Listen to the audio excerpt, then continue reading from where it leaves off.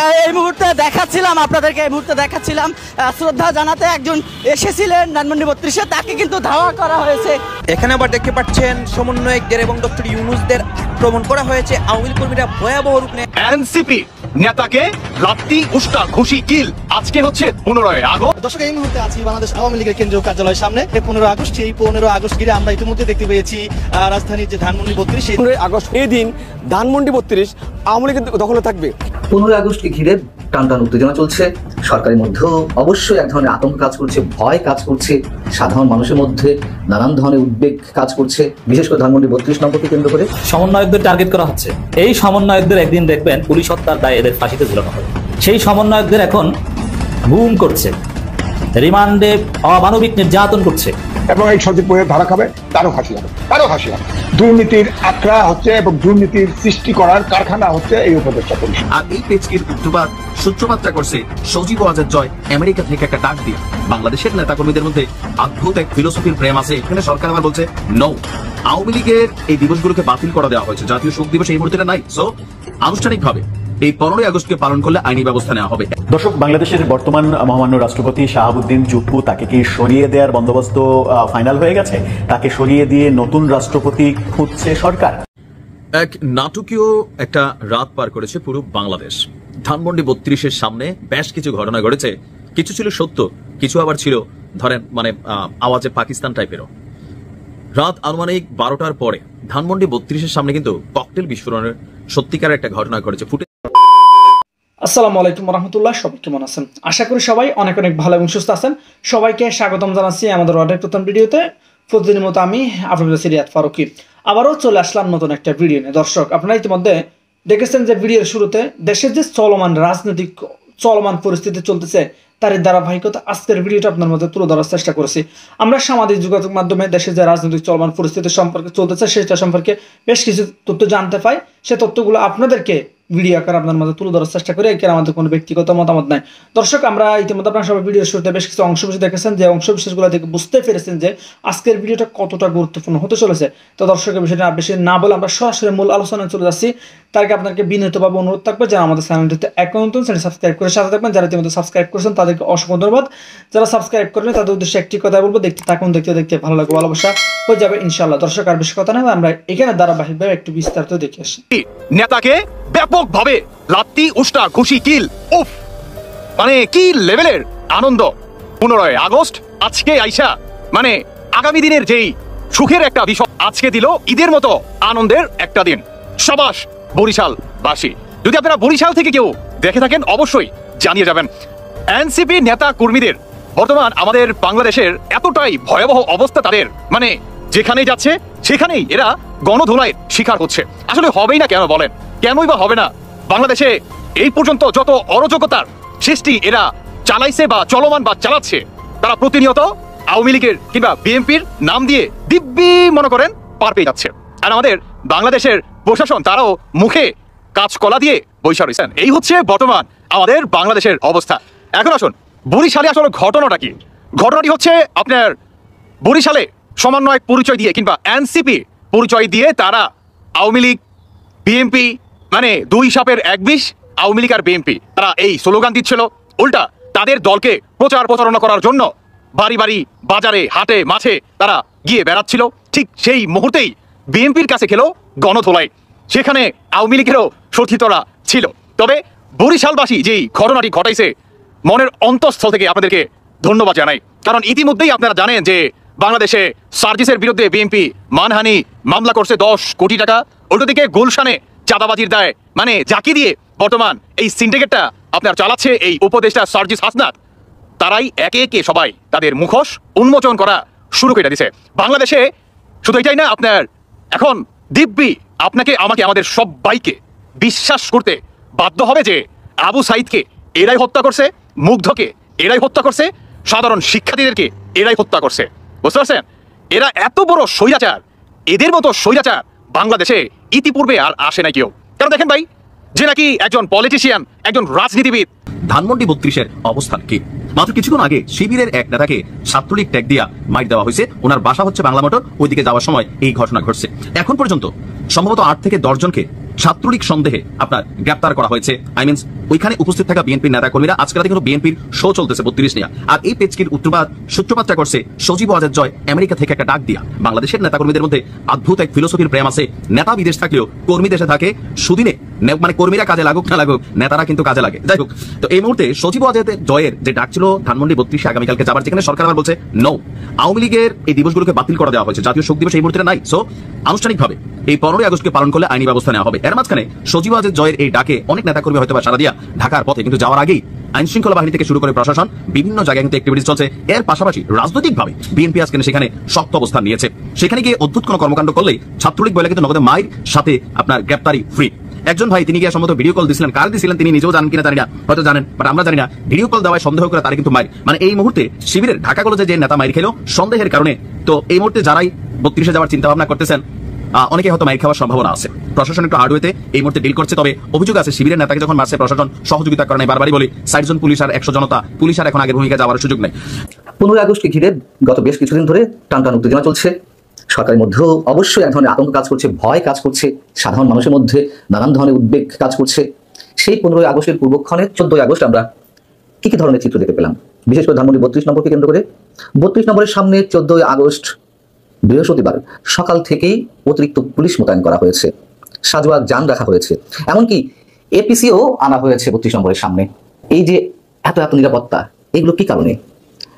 কারণটি কি এই যে 15 আগস্ট বঙ্গবন্ধুর মৃত্যুর দিনটিকে সামনে রেখে সাধারণ মানুষ সেখানে শ্রদ্ধা জানাতে গেলে তাদের নিরাপত্তা দেওয়া হবে?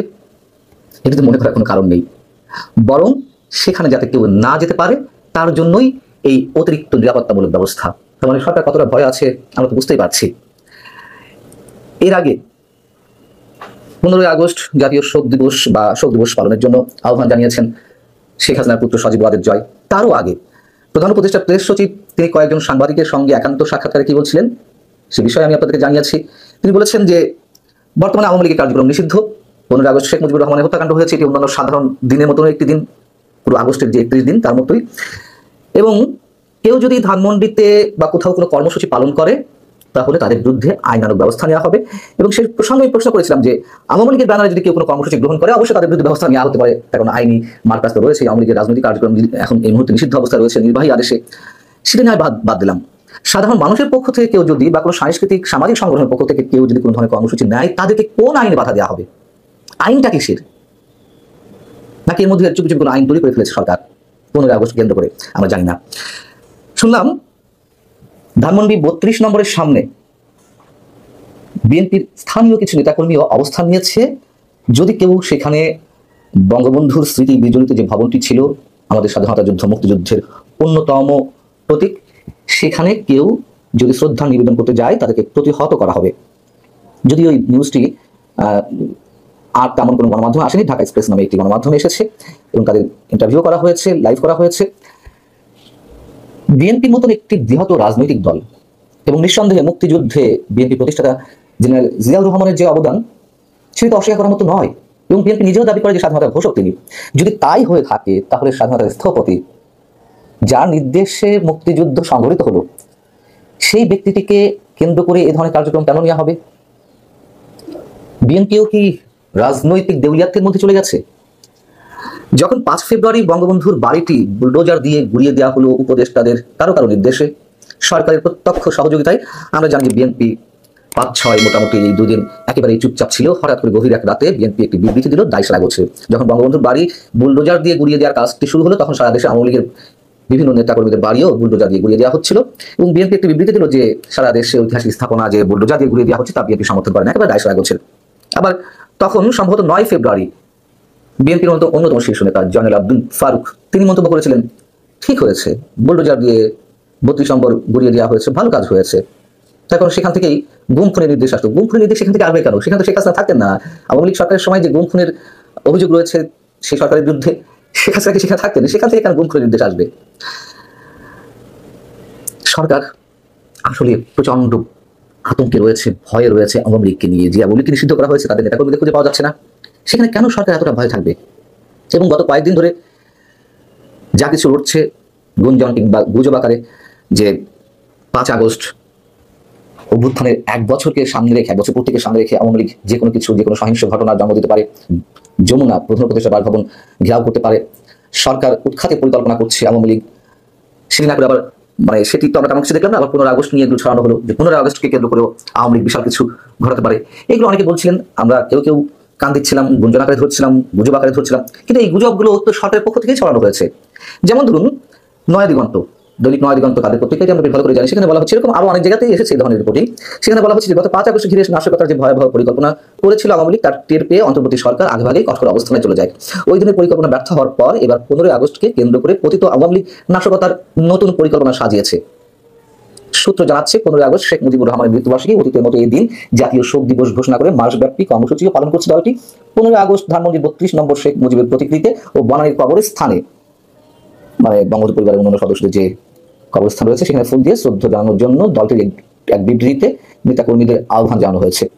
আওয়ামী লীগের ফেসবুক পেজে আগে বলেছে সজীব ওয়াজেদ জয় এই আহ্বান জানিয়েছে। বঙ্গবন্ধুর একটাকে বাংলাদেশ স্বাধীন হয়েছে, বঙ্গবন্ধু ছাড়া আমরা বাংলাদেশ পেতাম না। এবারের সংগ্রাম আমাদের মুক্তির সংগ্রাম, এবারের সংগ্রাম আমাদের স্বাধীনতার সংগ্রাম। হটাও ইনুস, বাঁচাও দেশ। 15 আগস্ট জাতীয় শোক দিবস।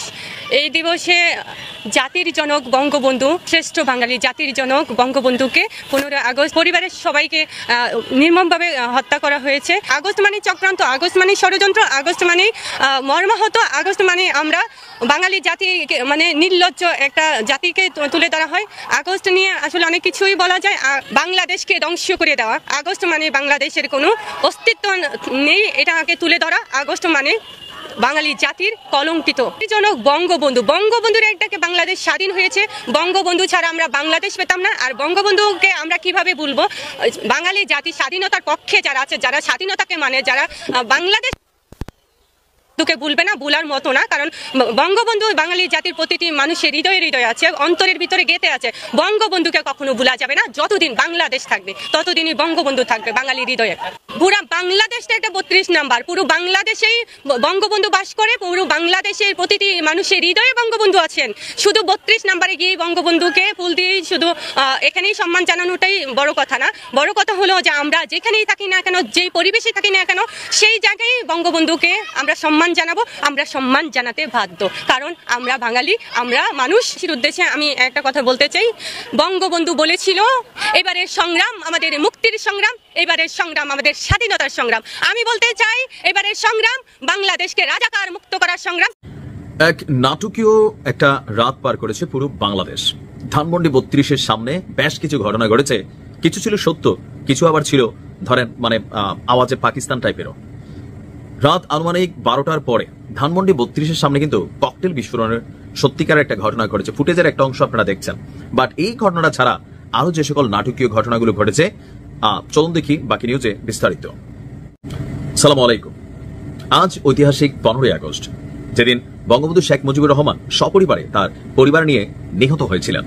তো আজকের এই দিনটা রাষ্ট্রীয়ভাবে যে শোক দিবস ছিল সেখান থেকে বিচ্ছিন্ন হয়েছে। আর কোথাও কোনো প্রোগ্রাম করে অনুষ্ঠান করে 15 আগস্ট পালন করলে প্রধান উপদেষ্টার প্রেস সচিব তিনি বলছেন যে এটার বিরুদ্ধে আইনি ব্যবস্থা নেওয়া হবে। তো যাই হোক, এই যখন অবস্থা, গতকালকে হঠাৎ করে ধানমন্ডি 32 যখন ভাঙা হলো, তখন ম্যাক্সিমাম লোক ধারণা করছিল এই ঘটনায় জামাত এবং এনসিপি তারা মিলা এই ঘটনা ঘটেছে। বিএনপি অনেকটা প্রতিক্রিয়া জানিয়েছিল পজিটিভলি। বাট গতকালকে রাত্রে হঠাৎ করে যখন আমরা দেখলাম যে ধানমন্ডিতে বিএনপির নেতাকর্মীরা একের পর এক সেখানে অবস্থান নিচ্ছেন, এমনকি সজীব ওয়াজেদ জয়ের যে ডাক ছিল, আহ্বান ছিল, সেটাকে প্রতিহত করার জন্য পলিটিক্যালি তারা সেখানে অবস্থান নিয়েছেন। এর মাঝখানে বেশ কিছু নাটকীয় ঘটনা ঘটেছে। একদিকে হঠাৎ করে একটা আওয়াজ হইল, বিকট কাণ্ড, পাবলিক কথা বলতেছে, বক্তব্য দিচ্ছে, টেলিভিশনের ক্যামেরা ধাম করে আওয়াজ, ভাই যে যার মতন দৌড় দিল। তারপরে জনগণের খেয়াল হইল কোথায় এই ককটেল ফাটছে, বোমা ফাটছে, দেখা দরকার। উৎসুক জাতি দৌড়ে দৌড়ে যাইয়া হতাশ, কেন? গাড়ির টায়ার ফাটছে। থাকে না যে সিচুয়েশনটাই এমন যে একটা সাইকেলের চাকা ব্রাস্ট হলেও ভয় কাজ করতেছে, আওয়ামী লীগ কোন দিক দিয়ে আইসা আবার কোনো নাশকতা ঘটাইতেছে কিনা। কিন্তু গোয়েন্দা তথ্য আছে নাশকতা ঘটার। আজকের দিনেও বাংলাদেশের 7টি জেলাকে রিস্কি ধরা হয়েছে। তো যাই হোক, এই গেল টায়ার কাণ্ড। এর আগে দিয়ে ঘটল আরো 2 কাণ্ড। শিবিরের বাংলা কলেজের, ঢাকা কলেজের, না জানি কোন কলেজের একজন নেতা, আমি নিউজটা দিয়েছিলাম গতকালকে, ওনাকে মারধর করার পর সেখানে আবার গভীর রাতে শিবিরের আরেক নেতারা আসছে, এবার অরিজিনালি তারা পোস্ট পদবীরা আসছে। আসার পরে যেই ছেলে ওই ভাইরে মারছিল, ওই ছেলের সামনে আবার বিএনপি নেতারা সহ শিবিরেরটা মুখোমুখি অবস্থান ছিল, যদিও ছাত্রদলের পক্ষ থেকে। কারণ ওই শিবিরের যে বাংলা কলেজের যাকে মারধর করা হয়েছে, এখানে সম্ভবত ছাত্রদলের কোন একজন কর্মী বা একাধিক কর্মী কানেক্টেড ছিল। তো সেটা নিয়ে এখানে আবার একটু হালকা উত্তপ্ত পরিস্থিতির পরে ছাত্রদলের পক্ষ থেকে শিবিরের যিনি নেতা আসছিলেন তার কাছে এটা নিয়ে সরি বলা হয়েছে। এর মাঝখানে আরো যেটা হয়েছে, অনেকে আবার এই উৎসুক পরিস্থিতিকে ফেসবুকে দেখাইয়া ভিউ বানানোর জন্য তারা আবার লাইভ করতেছিলেন। যেই লাইভ করছে তারাই দোলাই দেওয়া হয়েছে, এরকম 2-3 জনের ঘটনা সামনে আসছে। কেন ফেসবুকে লাইভ করতেছে? তার মানে নিশ্চয়ই ছাত্রলীগের কর্মী। এখন শিবিরের কর্মী যেমন প্রাণ বাঁচানোর জন্য বা জান দিয়েও বলতেছিল ভাই আমি শিবির, তুই ছাত্রলীগ, তো যারা এরকম লাইভ করতে গেছিল তাদেরকেও ধরে কেলানো হয়েছে। আবার ছাত্রলীগ সন্দেহে অনেককে আপনার ছাত্রদলের কর্মীরা কি বলা হয় যে পুলিশের সোপর্দ করেছে। পুলিশও নিউট্রাল একটা ভূমিকায় ছিল। কেন? কারণ পুলিশের সরকারি চাকরি। এখন ওইখানে যারা ডিউটি করতেছে হয়তো লক্ষ্মীপুর, ঢাকা, বরিশাল, ময়মনসিংহ, উত্তরাঞ্চল, দক্ষিণাঞ্চলের সাধারণ পরিবারের একজন সন্তান, যিনি বহু কষ্টে পুলিশের একটা চাকরি পেয়েছেন, তিনি ওইখানে ডিউটি করতেছেন। ওইখানে কে কারে মারলো, পিটাইলো, এগুলো নিয়ে তারও কনসেন্ট্রেশনের দরকার নাই। আর এটা করেনও নাই। কেন করে নাই? কারণ বেশি কিছু হইলে পুলিশের উপরে আক্রমণাত্মক যে অবস্থান, এটা কিন্তু বাংলাদেশের পুলিশও এখন বোঝে। এই যে রূপলাল দাস, প্রদীপ দাসকে মাইরা ফেললো, পুলিশ ছিল, কিন্তু 700 মানুষের সামনে 5-7জন পুলিশ, তাদের জীবনের ভয় আছে না? তারাও তো মানুষ, গায়ে ড্রেস আছে, ঠিক আছে, কিন্তু জাতি উত্তাল হলে কি হয়? 5ই আগস্টের আগে পরে পুলিশও এটা টের পাইছে। তো এরকম নানান ঘটনায় গতকালকে রাতটা গেছে, তবে সারা রাত বলতে মানে সময় আমি যতক্ষণ পর্যন্ত নিউজটা রেকর্ড করছি, দফায় দফায় মিছিল টিছিল দেখছি, মানুষের ভিড় আছে, কেউ দেখতে যাচ্ছে আরে কি হচ্ছে, বাঙালি যেটা পছন্দ করি। অপরদিকে এই টোটাল কর্মকাণ্ড দেখে আওয়ামী লীগের নেতাকর্মীরা ফেসবুকে হাহারি এক দিচ্ছে। কারণ সম্ভবত একটা ডাক দিয়া মাঠটা গরম করা সজীব ওয়াজেদ জয়, তিনি হয়তো সাইড হয়ে গেছেন, অথবা অনুসারীরা ভাবছিল আজকের দিনে হয়তো অনেকে আসবে, বাট যেভাবে তল্লাশি, চেকিং, রাজনৈতিক অবস্থান তৈরি হয়েছে, আমার মনে হয় ধানমন্ডি 32-এ আজকের দিনে কেউ আসবে আর আয়শা এখানে কোনো দুঃসাহস দেখাইয়া কেক কাটবে অথবা এই দিবস পালনের জন্য এখানে কোন রকম ভূমিকা রাখবে। দেখেন, এগুলোতে দুইটা জিনিস হয়। আমি আমার ব্যক্তিগত জায়গা থেকে সবসময় এটা বলি যে হিংসার বীজ ভবিষ্যতে বোমাতে পরিণত হয়। ছোট্ট একটা উদাহরণ দিয়ে শেষ করছি। আপনি হয়তো রাগের মাথায় আপনি একটা থাপড় দিয়ে ফেলছেন, হঠাৎ করে আপনার একটু ক্ষমতা হয়েছে, আপনি পয়সাওয়ালা হয়েছেন অথবা পেশি শক্তি হয়ে গেছে, তা আমি আপনার দিকে একটা সালাম দিই না অথবা একটু কেমনে তাকাইছি, অথবা আমার দ্বারা আপনার ছোট ন্যূনতম একটা ক্ষতি হয়েছে, আপনি আমার হয়তো রাগের মাথায় একটা থাপড় দিয়ে দিলেন, কিন্তু আমি যখন আপনারা দিব সেটা হবে প্রতিশোধ। তো বাংলাদেশের রাজনীতিতে এই প্রতিশোধের খেলা সম্ভবত এটা কন্টিনিউ থাকবে। আজকের দিনে যা যা ঘটবে এগুলা আওয়ামী লীগের কাছে আগামী দিনে 10 বছর 20 বছর পরে হোক, এই বিষয়গুলোকে পুঁজি করে হয়তো আরো তখন নতুন বিভৎস আরো কিছু ঘটনা ঘটবে। সিদ্ধান্ত হচ্ছে আমাদের আজকের দিনে আমরা কোন বীজ বপন করব। আইন করে বাংলাদেশে বঙ্গবন্ধু শেখ মুজিবুর রহমান, তারপর হচ্ছে যে জিয়াউর রহমান অথবা জামাত ইসলামের নেতাকর্মীদের কাছে তাদের যারা ঊর্ধ্বতন নেতা আছে, যুদ্ধ অপরাধের দায়ে ফাঁসি দিয়েও এদের জনপ্রিয়তা আপনি কমাইতে পারবেন না। এইখানে যতবার আপনি হিট করবেন ততবারই ওই মানুষগুলার, ওই দলগুলার জনপ্রিয়তা বেড়ে যাবে। এটা বাংলাদেশ থেকে প্রমাণিত। আওয়ামী লীগের আমলে জামাতের জনপ্রিয়তা সর্বোচ্চ বাড়ছে, তলে তলে বিশাল তার অবস্থান তৈরি করছে শুধুমাত্র আওয়ামী লীগের কারণেই। ভালো থাকুন। তো প্রিয় দর্শক, এই বিষয়টা আপনার মূল্যবান মতামত অবশ্যই কমেন্ট করে জানাতে ভুলবেন না। এতক্ষণ সাথে থাকার জন্য সবাইকে অসংখ্য ধন্যবাদ জানিয়ে এখানে শেষ করবো আজকের ভিডিও। ভালো থাকবেন, সুস্থ থাকবেন, আর আমাদের চ্যানেলটিতে নতুন থাকলে প্লিজ আমাদের চ্যানেল সাবস্ক্রাইব করে সাথে থাকবেন। ধন্যবাদ সবাইকে। আল্লাহ।